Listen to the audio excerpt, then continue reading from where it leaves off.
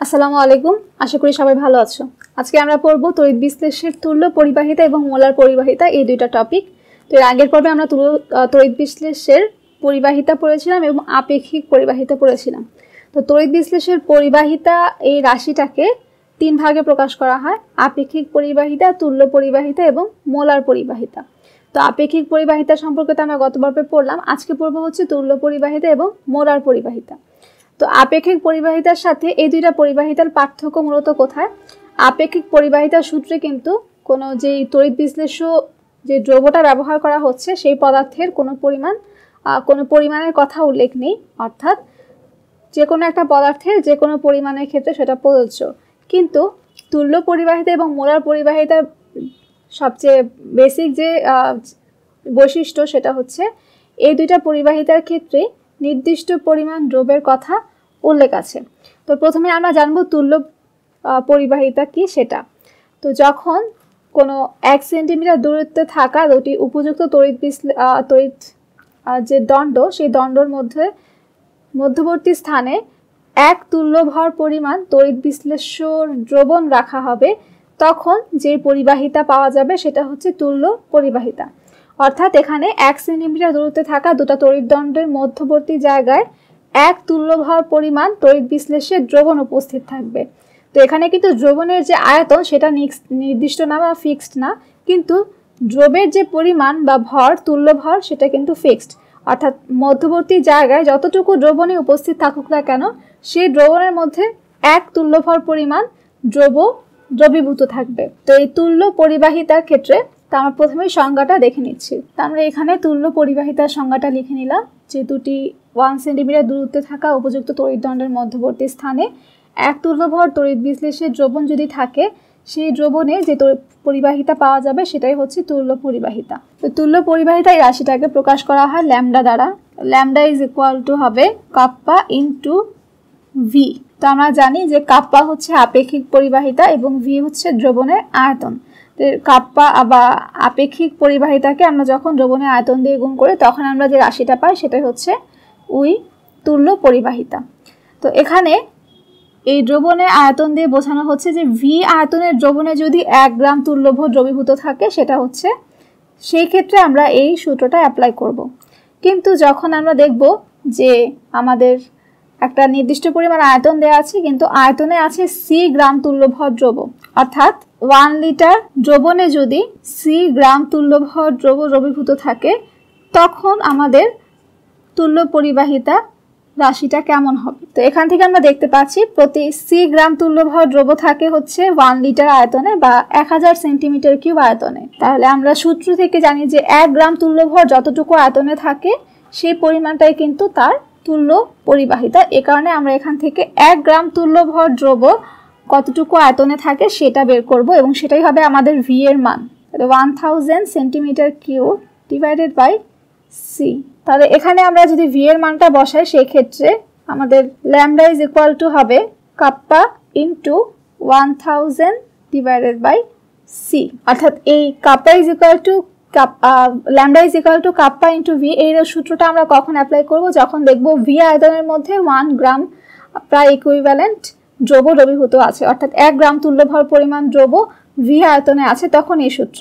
কিন্তু যখন দেখব আমাদের বলা হবে যে একটা মান দেওয়া থাকবে যে 1 লিটার দ্রবণে সি গ্রাম তুল্যভর দ্রব দ্রবীভূত থাকলে ওই দ্রবণের জন্য তুল্য পরিবাহিতা কত হবে, সেই ক্ষেত্রে তুল্য পরিবাহিতা ল্যামডা ইজ ইকুয়াল টু হবে কাপ্পা, অর্থাৎ আপেক্ষিক পরিবাহিতা, ইন্টু 1000 ডিভাইডেড বাই সি।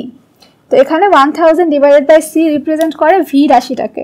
তো এখান থেকে আমরা যদি তুল্য পরিবাহিতার একক নির্ধারণ করি, আমরা জানি কাপ্পার একক এর আগের পর্বে আমরা বের করেছিলাম, সেটা হচ্ছে মোহ পার সেন্টিমিটার, ইন্টু এখানে 1000 এটা আয়তনের একক সেন্টিমিটার কিউব, তাহলে centimetre cube divided by C হচ্ছে গ্রাম তুল্যভর পরিমাণ দ্রব, যেটাকে একক হিসেবে প্রকাশ করা হয় গ্রাম ইকুইভ্যালেন্ট। তাহলে প্রতি গ্রাম ইকুইভ্যালেন্টের জন্য প্রতি 1000 সেন্টিমিটার কিউবে গ্রাম ইকুইভ্যালেন্ট পরিমাণ দ্রব আছে। তো এখান থেকে আমরা ক্যালকুলেশন করলে দেখতে পাচ্ছি পার centimetre cube into centimetre cube আমাদের এখানে থাকে হচ্ছে সেন্টিমিটার স্কোয়ার। তাহলে মোহ সেন্টিমিটার স্কোয়ার ইন্টু পার গ্রাম ইকুইভ্যালেন্ট। তাহলে আমরা একক দেখতে পেলাম, এটা সিজিএস একক, তুল্যভর বা ল্যামডা সিজিএস একক হচ্ছে mho centimetre square per gram equivalent. তো এখান থেকে যদি আমরা এসআই এককটা লিখি তাহলে আমরা জানি এসআই এককে হচ্ছে পরিবাহিতার একক সিমেন্স, যেটাকে ক্যাপিটাল এস দ্বারা প্রকাশ করা হয়, সেক্ষেত্রে এককটা হবে siemens S into metre square per gram equivalent. তাহলে এটা গেল আমাদের তুল্য পরিবাহিতা সম্পর্কে আলোচনা। এখন আমরা পড়বো হচ্ছে মোলার পরিবাহিতা। তো তুল্য পরিবাহিতা এবং মোলার পরিবাহিতা দুইটার ক্ষেত্রে সংজ্ঞাগত যে বৈশিষ্ট্য একদম সেম, শুধুমাত্র পদার্থের পরিমাণে ভিন্নতা আছে। এখানে আমরা বলেছিলাম যে 1 গ্রাম তুল্যভর পরিমাণ দ্রব্য উপস্থিত থাকবে, আর সেখানে আমরা বলবো ওই মোলার পরিবাহিতার ক্ষেত্রে হচ্ছে 1 সেন্টিমিটার দূরত্বে থাকা দুটি উপযুক্ত তড়িৎদণ্ডের মধ্যবর্তী স্থানে হচ্ছে 1 মোলার তড়িৎ বিশ্লেষের দ্রবণ উপস্থিত থাকবে। অর্থাৎ সেখানে তড়িৎ বিশ্লেষের যে দ্রবণটা থাকবে সেই দ্রবণে দ্রবের পরিমাণ হবে 1 মোল। সেই ক্ষেত্রে আমরা যে পরিবাহিতা পাবো সেটাই হবে মোলার পরিবাহিতা। অর্থাৎ এখানে আমরা সংজ্ঞায় দেখতে পাচ্ছি যে 1 সেন্টিমিটার দূরত্বে থাকা দুটি উপযুক্ত তড়িৎদণ্ডের মধ্যবর্তী স্থানে 1 মোল তড়িৎ বিশ্লেষের দ্রবণ উপস্থিত থাকলে যে পরিবাহিতা পাওয়া যায় তাকে আমরা বলি মোলার পরিবাহিতা। তো তুল্য পরিবাহিতাকে আমরা যেমন ল্যামডা দ্বারা প্রকাশ করি, মোলার পরিবাহিতাকে প্রকাশ করা হয় ল্যামডা এম দ্বারা, অথবা আরেকটা রাশি আছে সেটা হচ্ছে মিউ। ল্যামডা এম বা মিউ যে কোনো একটা দিয়ে প্রকাশ করা হয় মোলার পরিবাহিতাকে, ইজ ইকুয়াল টু হবে একইভাবে কাপ্পা ইন্টু ভি। তো এখানে আমরা দেখতে পাচ্ছি এখানেও কাপ্পা ইন্টু ভি একই সূত্র, এখানেও কাপ্পা ইন্টু ভি একই কিন্তু সূত্র, কিন্তু এখানে এই যে ভিটা এই আয়তনের পার্থক্য হচ্ছে এখানে প্রতি যতটুকু আয়তন থাকবে সেখানে থাকবে 1 মোল পরিমাণ দ্রব্য। তো আয়তন যতই হোক না কেন সেই আয়তনের মধ্যে 1 মোল তড়িৎ বিশ্লেষ্য পদার্থ উপস্থিত থাকবে।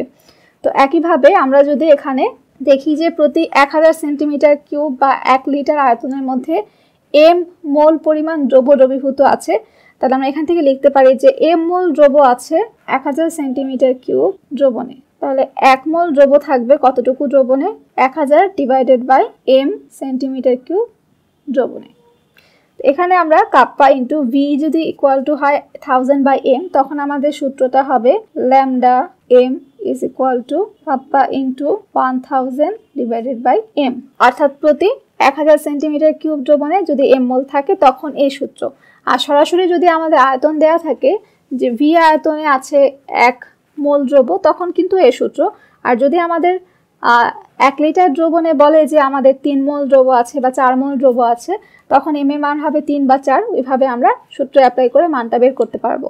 তো একইভাবে আমরা যদি এই ল্যামডা এম এর এককও বের করি, তখন কাপ্পার একক আমরা জানি সিজিএস একক হচ্ছে মোহো পার সেন্টিমিটার ইন্টু এখানে 1000 হচ্ছে সেন্টিমিটার কিউব ডিভাইডেড বাই পদার্থের যে মোল পরিমাণ, মোলের ভর হচ্ছে মোল, যত মোল দ্রব্য থাকবে অর্থাৎ পদার্থের পরিমাণ সেটার একক হবে মোল। তো এটা থেকে আমরা বের করতে পারি যে মোহো ইন্টু পার সেন্টিমিটার, আর সেন্টিমিটার কিউবের গুণফল হচ্ছে সেন্টিমিটার স্কোয়ার ইন্টু পার মোল, এটা হচ্ছে ল্যামডা এম এর সিজিএস একক। তো এখান থেকে আমরা এসআই একক লিখতে পারি, যেহেতু আমরা জানি মোহো সিজিএস একক এবং পরিবাহিতার কাপ্পার ক্ষেত্রে এসআই একক হচ্ছে সিমেন্স, এস ইন্টু সেন্টিমিটারের জায়গায় হবে মিটার স্কোয়ার পার মোল। এটা গেল আমাদের মোলার পরিবাহিতার একক।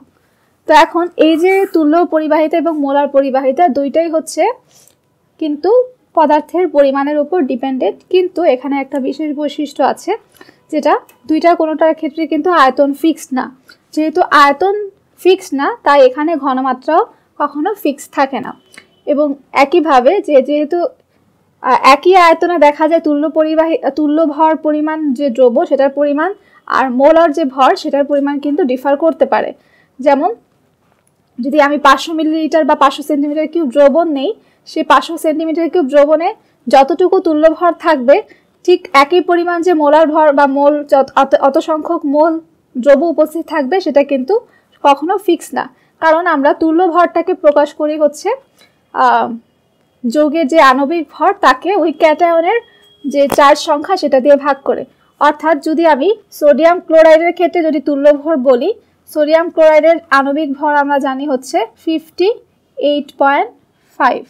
তো 58.5 এই আণবিক ভরটাকে যদি আমরা ওই যৌগে উপস্থিত ক্যাটায়নের চার্জ দিয়ে ভাগ করি, যেমন এখানে যে সোডিয়াম সেটাই হচ্ছে ক্যাটায়ন এবং সোডিয়ামের চার্জ হচ্ছে 1, তাহলে যে পরিমাণটা পাবো সেটা হচ্ছে ওই যৌগের জন্য তুল্য ভর। তাহলে এখানে আমরা দেখতে পাচ্ছি এখানে সোডিয়াম ক্লোরাইডের তুল্য ভর হচ্ছে 58.5, মোলার ভরও কিন্তু আমরা জানি সোডিয়াম ক্লোরাইডের 58.5। তাহলে এই যৌগের ক্ষেত্রে আমরা হয়তো একই মান পাবো, কিন্তু যেসব যৌগে দ্বিযোজী ক্যাটায়ন বা ত্রিযোজী ক্যাটায়ন উপস্থিত সেসব যৌগের ক্ষেত্রে কিন্তু দেখা যাবে তুল্য ভরটা মোলার ভরের সাথে সমান হবে না, ডিফারেন্ট হবে। তো ওই সকল যৌগের ক্ষেত্রে কিন্তু তুল্য পরিবাহিতা এবং মোলার পরিবাহিতা দুইটার মান ডিফারেন্ট হবে। তো আশা করি আজকের এই আলোচনাটা সবাই বুঝতে পেরেছো। সবাইকে অসংখ্য ধন্যবাদ ভিডিওটি দেখার জন্য।